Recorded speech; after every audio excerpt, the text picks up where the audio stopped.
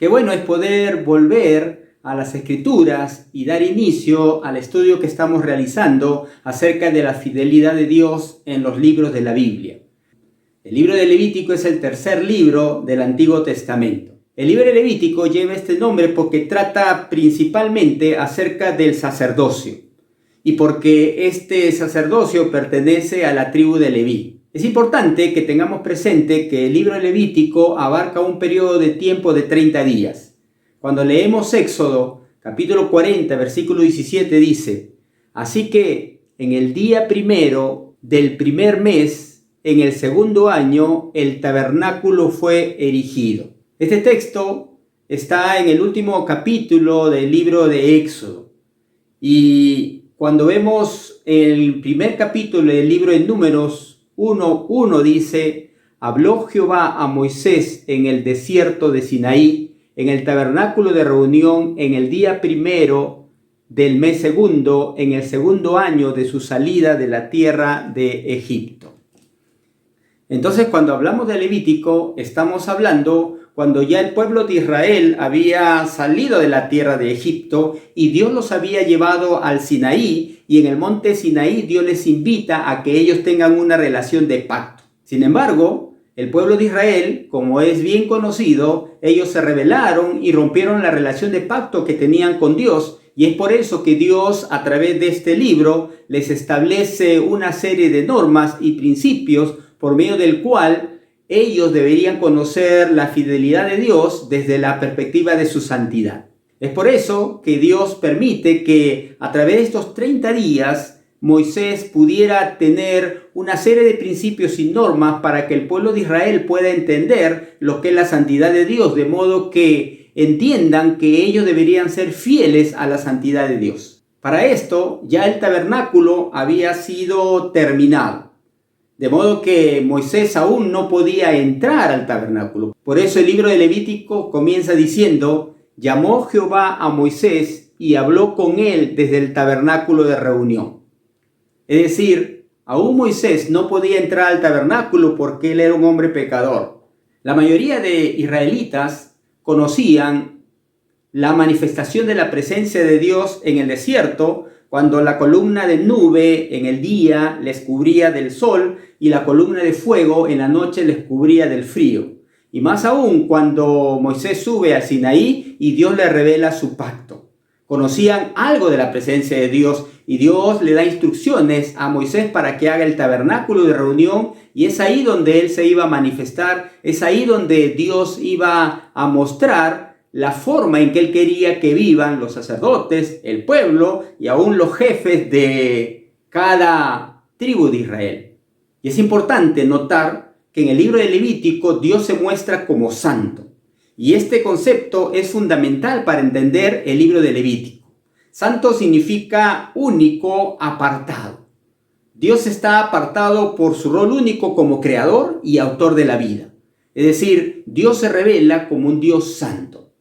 Pero al mismo tiempo, esta revelación hace de que el pueblo de Israel tenga problemas para acercarse a Dios, porque al tener este nuevo conocimiento de que Dios es santo, automáticamente todo alrededor de Dios se vuelve santo. Donde Dios se manifiesta, se convierte en santo. Y para que el pueblo de Israel pueda acercarse a este Dios santo, el pueblo de Israel también debería ser santo. Entonces, es aquí en el libro de Levítico donde nos muestra las maneras en que Dios le habla al pueblo para que pueda ser santo como Él, de modo de que el hombre pueda disfrutar de la presencia de Dios. Dios quería manifestarse al pueblo de Israel, pero su santidad impedía que el pueblo se acerque libremente. Entonces Dios creó una serie de rituales para que el pueblo pudiese acercarse a Él. Y al mismo tiempo, Dios da una serie de principios y leyes para que los sacerdotes puedan hacer la labor de mediadores entre el pueblo y Dios. El libro de Levítico nos muestra la manera en que Israel puede acercarse a este Dios que es santo. Hay un grupo de secciones internas que nos habla del rol de los sacerdotes como mediadores entre Dios e Israel. Hay otra sección que se enfoca en la pureza de Israel. Y en el centro del libro está el día de la expiación, que es la parte central del propósito por el cual Dios establece todas estas leyes que van a formar parte del libro de Levítico. Es importante notar que Levítico nos enseña bastante sobre el carácter de Dios. Principalmente, Dios no solamente nos salva de algo, que es la muerte, sino también para algo, que es la santidad. Es por eso que vemos una serie de ritos, es por eso que vemos una serie de sacrificios, porque Dios está mostrando e indicando al pueblo la forma en que Él quiere tener comunión con el pueblo, de modo que el hombre pueda disfrutar de la santidad de Dios. Y en esta forma en que Dios comienza a manifestarse al pueblo de Israel, Dios sabe que el pueblo va a pecar, Dios sabe que el pueblo va a errar. Entonces enumera una serie de formas de tal manera que cuando suceda esto, el pueblo pueda acercarse y restablecer su comunión con Dios. Por ejemplo, en el 4.2 dice: habla a los hijos de Israel y diles, cuando alguna persona pecare por yerro en alguno de los mandamientos de Jehová sobre las cosas que no se han de hacer e hiciera alguna de ellas, y comienza a detallar. Es decir, si alguna persona del pueblo comete algún pecado, esta persona puede hacer esto. Luego, en el versículo 3 dice: si el sacerdote ungido pecare según el pecado del pueblo, ofrecerá a Jehová por su pecado que habrá cometido un becerro sin defecto para la expiación. Ahora ya no solamente habla del pueblo, sino habla del sacerdote. También en el versículo 22 dice: cuando pecare un jefe e hiciere por yerro algo contra alguno de todos los mandamientos de Jehová su Dios, sobre las cosas que no se han de hacer, y pecare, y desarrolla todo lo que debe hacer. Es decir, Dios estableció de una forma muy clara que Él quería tener comunión con su pueblo, por eso que estableció el tabernáculo de reunión, donde Dios se iba a manifestar y Dios quería tener una relación de pacto con el pueblo. Al mismo tiempo, Dios sabía de que el pueblo de Israel era un pueblo rebelde, un pueblo contumaz, un pueblo pecador. Y para esto Dios estableció una serie de requisitos, una serie de reglamentos, una serie de principios, por medio del cual cuando el pueblo pecase, debería hacer tal cosa. Cuando los sacerdotes pecasen, deberían hacer tal cosa. Cuando los líderes pecasen, deberían hacer tal cosa. De modo que quedó establecido la forma en que el hombre en aquel tiempo podía restablecer su comunión con Dios.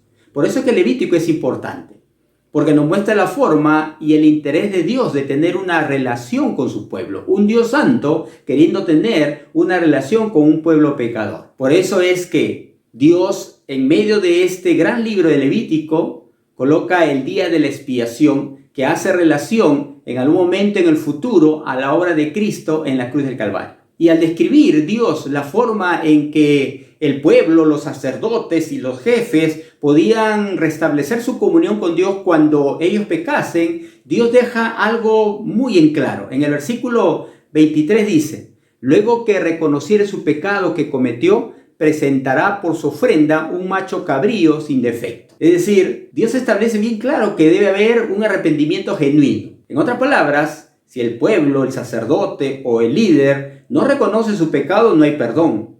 Por más sacrificio que haga, por más que cumpla los rituales que Dios había establecido, antecede ante el ritual el que el hombre o la mujer que haya cometido pecado debería reconocer su pecado.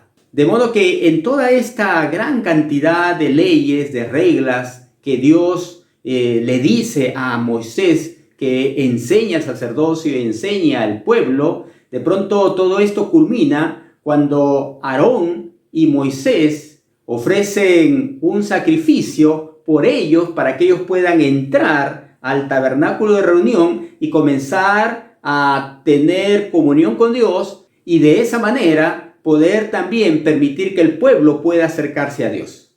Y en el capítulo 9, versículos 23 y 24 dice: y entraron Moisés y Aarón en el tabernáculo de reunión, y salieron y bendijeron al pueblo, y la gloria de Jehová se apareció a todo el pueblo. Y salió luego de delante de Jehová, y consumió el holocausto con las grosuras sobre el altar, y viéndole todo el pueblo, alabaron y se postraron sobre su rostro. Es decir, Dios había dado instrucción para que Moisés pueda construir el tabernáculo de reunión. Sin embargo, Moisés todavía no podía entrar, porque él aún no había ofrecido una ofrenda por su pecado y Aarón tampoco. Y lo hacen, en el capítulo 9 lo describe. Y ese sacrificio que ellos iban a ofrecer por su pecado ante Dios es aceptado por Dios cuando de pronto cae fuego del cielo y ese sacrificio es consumido y es quemado por el fuego que viene de la presencia de Dios. Y es ahí donde Dios demuestra que Él está al lado de su pueblo, que Él está aceptando la ofrenda y que a partir de ese momento, cuando alguno pecase del pueblo de Israel, sea sacerdote, sea jefe o sea del pueblo, y venga con su ofrenda, esa ofrenda ya iba a ser bien recibida ante Dios, de modo que ese fuego, esa manifestación del fuego en el primer altar que levantó Aarón y Moisés, era la aprobación de que Dios iba a comenzar a vivir esa etapa de relación con el pueblo a través de los sacrificios. Y es aquí donde entramos al tema de enseñanza de este día. En medio de todo este ritual ocurre algo que hace que nosotros debemos tener en cuenta que debemos ser fieles a su santidad, que debemos ser fieles a la santidad de Dios. En el versículo 10 dice: Nadab y Abiú, hijos de Aarón, tomaron cada uno su incenciario y pusieron en ellos fuego sobre el cual pusieron incienso, y ofrecieron delante de Jehová fuego extraño que él nunca les mandó.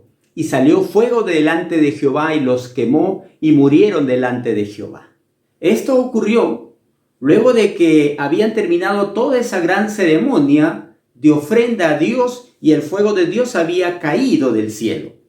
Moisés y Aarón se habían retirado cada cual a su lugar y estos dos hijos de Aarón de pronto deciden hacer lo que Moisés y Aarón habían hecho, pero de manera equivocada, de manera errada. Estos dos jóvenes, Nadab y Abiú, eran los dos hijos mayores de Aarón.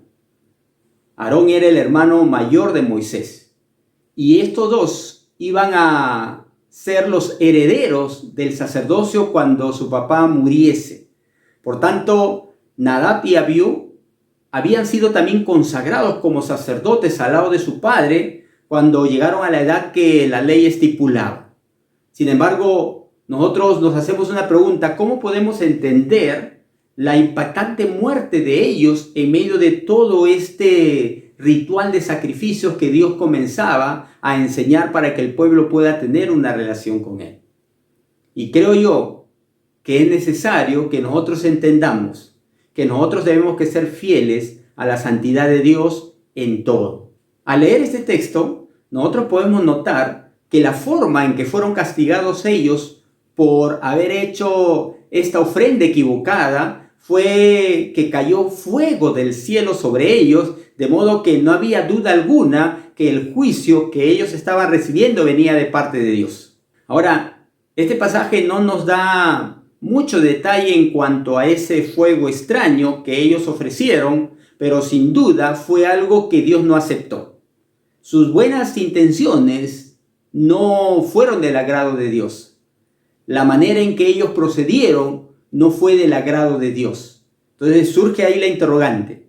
Si Dios había comunicado a Moisés que si el pueblo se equivocare, si el sacerdote se equivocare, si algún líder se equivocare, debería hacer determinada acción para que luego fuese perdonado su pecado, ¿por qué Dios no perdonó el pecado de estos dos jóvenes?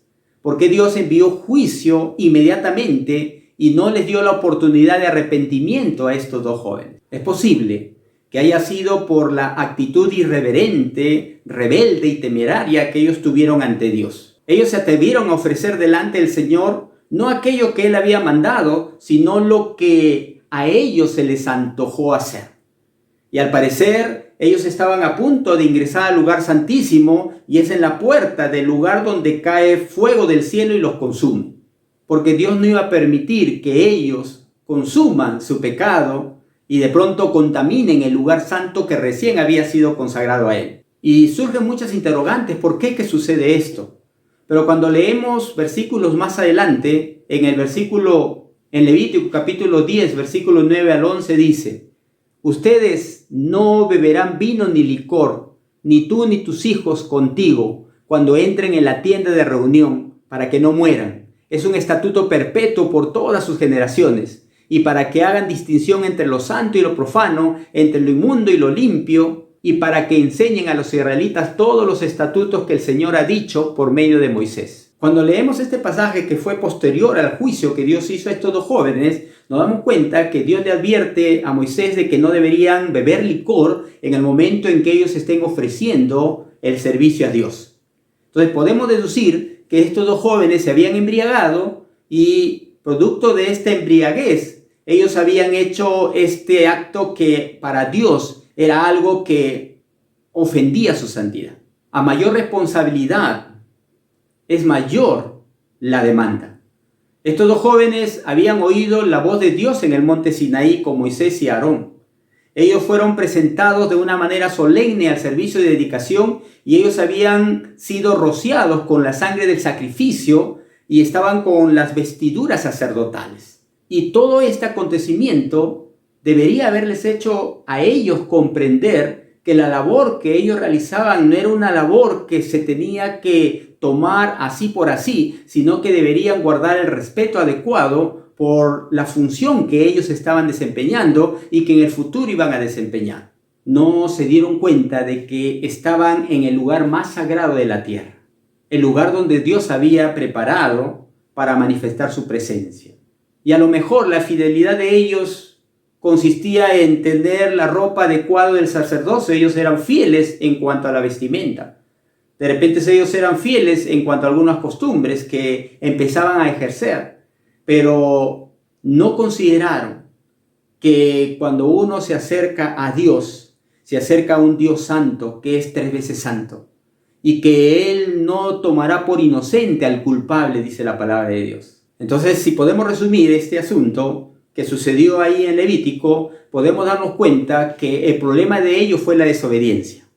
Desobedecieron en cumplir el mandato que recién Dios les había indicado. Este acontecimiento que nosotros lo conocemos debió haber sido muy duro para Aarón. Aarón era el padre de estos dos muchachos y de pronto, de la noche a la mañana, sus 2 hijos mueren. Y a lo mejor Aarón se preguntaba, ¿y qué de lo que Dios había dicho acerca de que cuando alguien pecare? Quizá en la mente de Aarón surgía la pregunta, pero yo estoy sirviendo a Dios, ¿por qué me está sucediendo esto? A lo mejor en la mente de Aarón no comprendía por qué sus hijos habían muerto de esa forma y no se les dio la oportunidad de arrepentirse. No lo sabemos. Pero podemos deducir esto porque Moisés en el versículo 3 dice: entonces dijo Moisés a Aarón: esto es lo que habló Jehová diciendo: en los que a mí se acercan me santificaré. En presencia de todo el pueblo seré glorificado. Y Aarón cayó. En este versículo podemos notar que Moisés llama a Aarón y le llama para decirle algo importante. Le llama para hacerle recordar el significado del servicio que él tiene. Le llama para hacerle recordar: Aarón, tú no eres un hombre común y corriente. La labor que tú desempeñas no es una labor para cualquier persona. Tú desempeñas una labor, un cargo que viene directamente de la presencia de Dios. Y es ahí donde Moisés le hace recordar a Aarón lo que Dios les había dicho.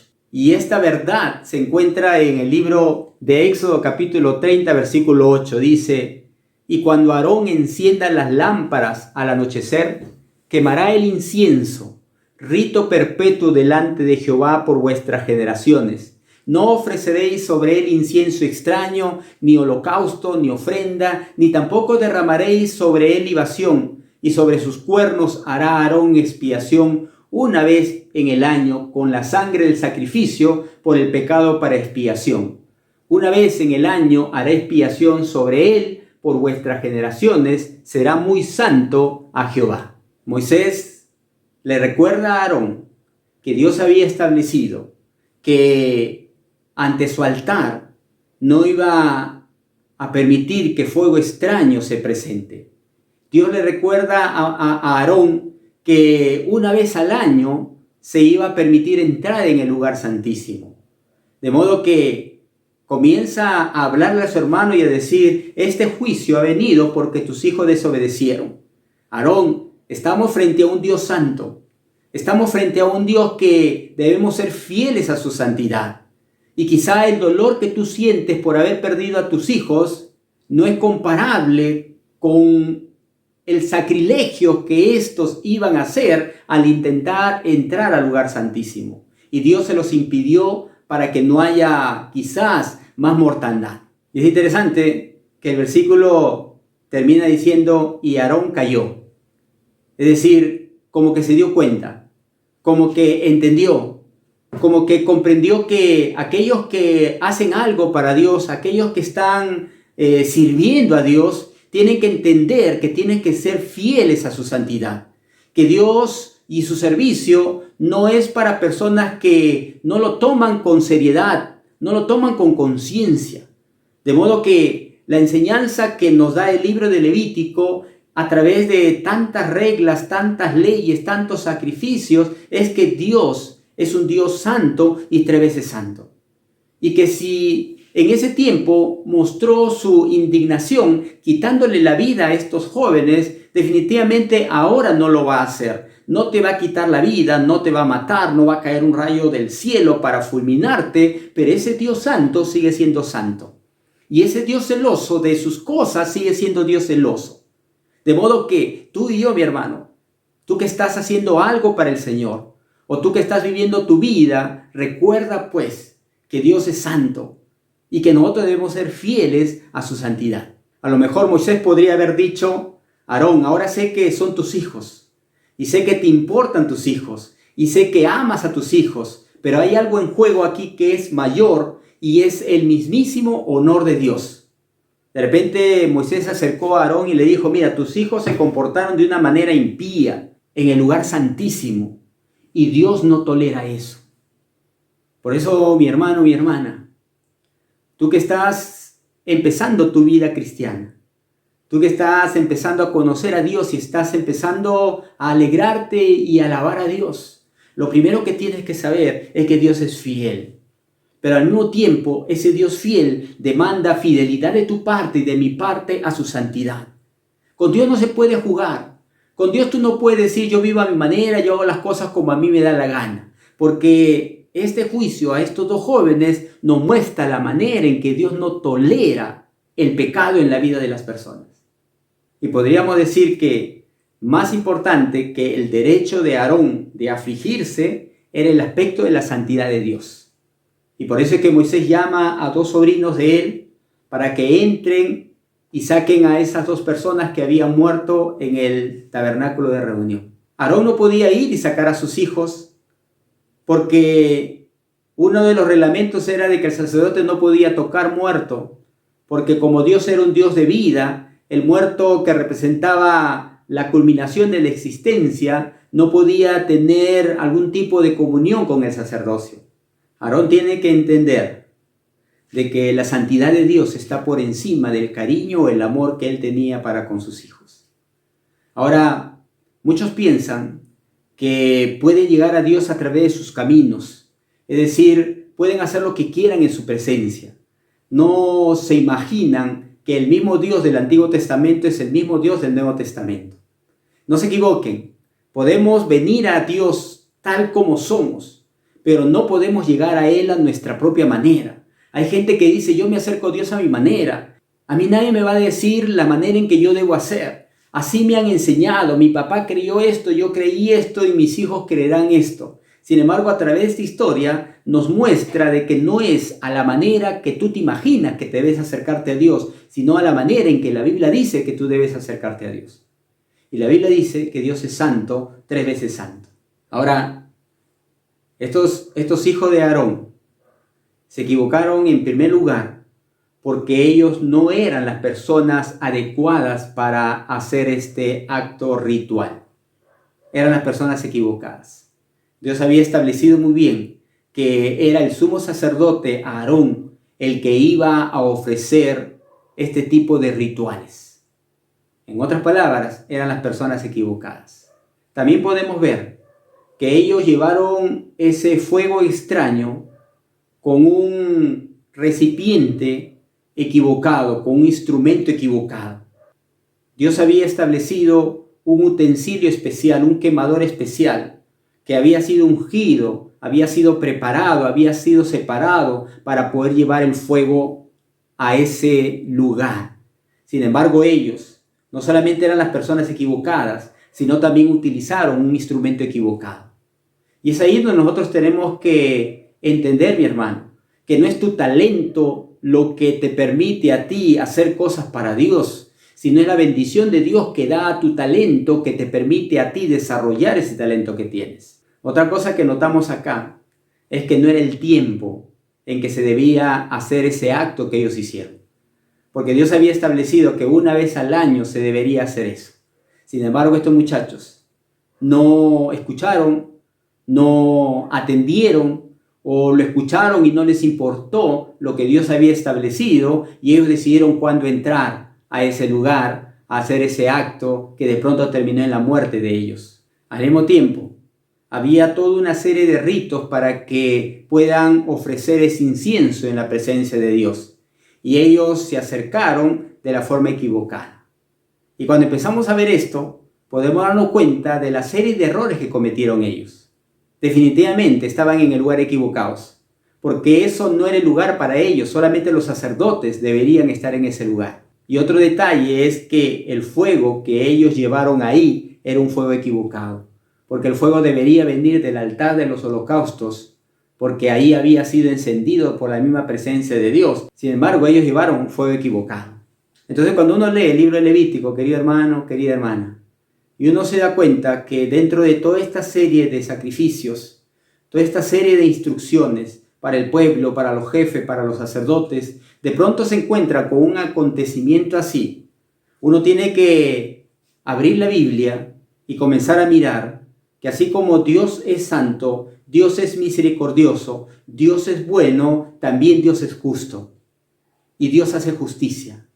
De modo que si yo quiero acercarme a Él, debo acercarme sinceramente. Debo acercarme no como lo hicieron los hijos de Aarón, de manera equivocada, de acuerdo a su forma de pensar, como les dio la gana, quizá producto del alcohol, quizá producto de su juventud. No lo sabemos. Lo cierto es que por lo que dice la Biblia, ellos se equivocaron, porque ignoraron algo que es fundamental para ti y para mí, que Dios es santo, 3 veces santo.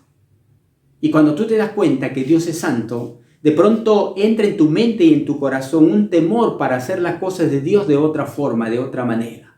Ahora bien, este corto relato, mi hermano, debería a nosotros motivarnos a hacer un autoanálisis de nuestra vida y preguntarnos de qué forma, de qué manera yo estoy sirviendo a Dios. De qué forma, de qué manera yo estoy viviendo mi vida diaria.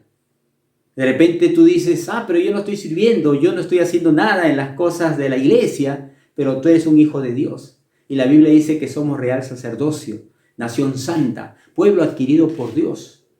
Entonces, este desafío es para ti, mi hermano. Dios es fiel, pero nosotros tenemos que ser fieles a su santidad. Definitivamente, no es costumbre de Dios enviar fuego del cielo para castigarnos cada vez que transgredimos o cada vez que hacemos algo que a Él no le agrada. Si fuera así, muchos de nosotros no estaríamos vivos en este momento. Pero ha quedado escrito este pasaje en la Escritura. Ha quedado escrito como un consejo, como una advertencia, como una medida de precaución para que tú y yo, mi hermano, cuando nos demos cuenta de la grandeza de Dios y de la santidad de Dios, pues empecemos a vivir tal como a Él le agrada. Y para ello nosotros necesitamos conocer lo que la Biblia dice. Necesitamos abrir la Escritura y comenzar a leerla y comenzar a meditarla y comenzar a practicarla. Y es aquí donde nosotros podemos conocer a ese Dios que es el mismo ayer, hoy y siempre. Cuando leemos los profetas, podemos darnos cuenta que de pronto Dios comunica y le dice al pueblo que Él está cansado de sus ritos, que Él está cansado de sus sacrificios, que Él está cansado de aquellos actos religiosos que el pueblo continuamente le manifiesta, porque su vida dice todo lo contrario de lo que significa ese sacrificio que están haciendo. Y eso es lo que nos demanda Dios en este tiempo, mi hermano. A lo mejor la circunstancia difícil en que estamos pasando hace que mucha gente busque a Dios, hace que mucha gente se arrepienta y se acerque a Dios. Y a lo mejor esta circunstancia difícil es una oportunidad para que las personas puedan mirar al cielo y acercarse a Dios. Sin embargo, esto no quita que ese Dios misericordioso, ese Dios bueno, ese Dios de amor, sea un Dios santo. Por eso que cuando vemos en la Biblia, nosotros podemos darnos cuenta de que cuando habla de que Dios es un Dios de amor, dice Dios es amor. Cuando habla que Dios es fiel, dice Dios es fiel. Cuando habla de que Dios es misericordioso, dice Dios es misericordioso y para siempre su misericordia. Pero cuando habla de la santidad de Dios, dice que Dios es santo, santo, santo. 3 veces santo. Y es como para que nosotros lo tengamos presente. Y es como para que nosotros podamos decir, sí, Señor. Y de seguro, mi hermano, como era la enseñanza de los antiguos cristianos, que de pronto a través de una alabanza, a través de un cántico, ellos expresaban a Dios su deseo de agradarle, expresaban a Dios ese reconocimiento a través de cada letra, a través de cada palabra de una alabanza, el amor que ellos sentían y el respeto que sentían por Dios. Y de seguro que al hablarte de la santidad de Dios, tú debes estar recordando ese gran himno que nos habla de la santidad de Dios. Y que sería bueno, mi hermano, que tú lo cantes desde la perspectiva de que tú decides vivir una vida de santidad, no con rituales externos, no con acciones que aparentemente son buenas ante los ojos de los demás, sino diciéndole a Dios, Señor, que mi carácter pueda mostrar tu santidad donde yo vaya. Escuchemos esta alabanza y cantemos.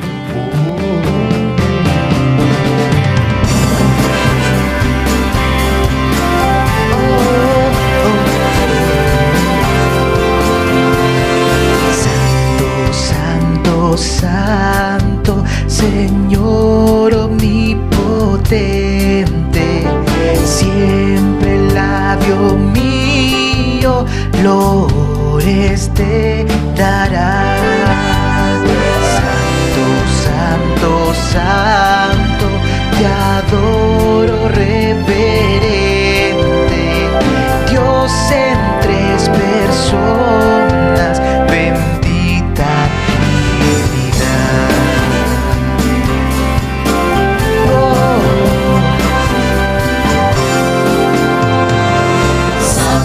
Santo, santo, el numeroso coro, santos escogidos te adoran con fervor, de alegría llenos y sus coronas de oro rinden ante el trono glorioso del Señor.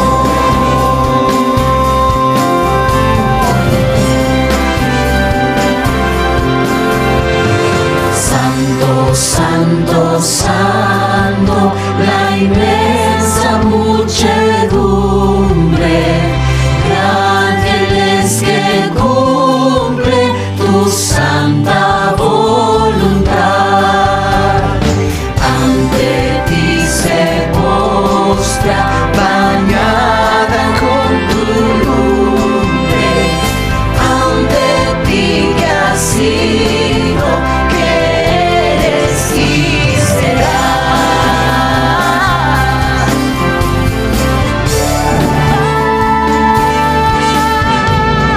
santo, santo, santo.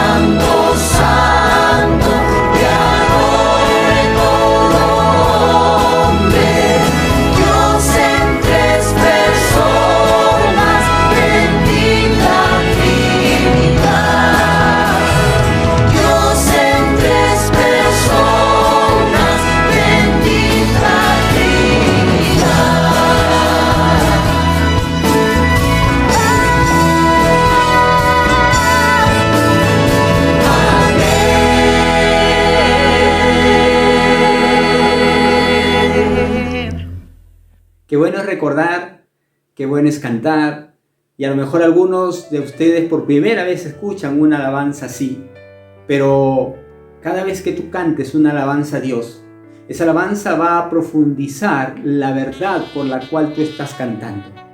De modo que es importante, mi hermano y hermana, de que tú puedas memorizar himnos, alabanzas, canciones que honran la santidad de Dios, para que día a día, en los momentos en que tengas que tomar una decisión entre hacer algo para Dios y conocer cómo hacerlo para Él, optes primero, voy a conocer cómo es que a Dios le agrada que yo haga esto para luego poder hacerlo.